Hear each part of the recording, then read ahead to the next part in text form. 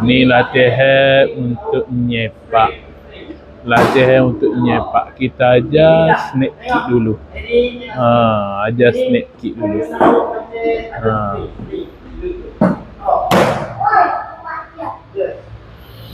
Okey, kita ajar snake kick.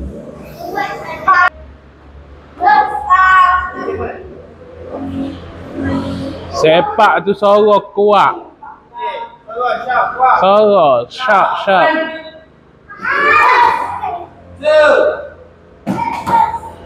Tubuh tegak. Tubuh tegak.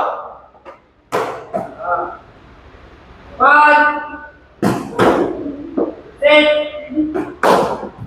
6 7 Biasalah. Budak-budak baru ni biasalah. Tak apa, asal kau dia sepak tak apa dah. Asal kau dia sepak. Dia sepak, biarlah tak betul mula-mula. Lepas tu kita buat betul dah.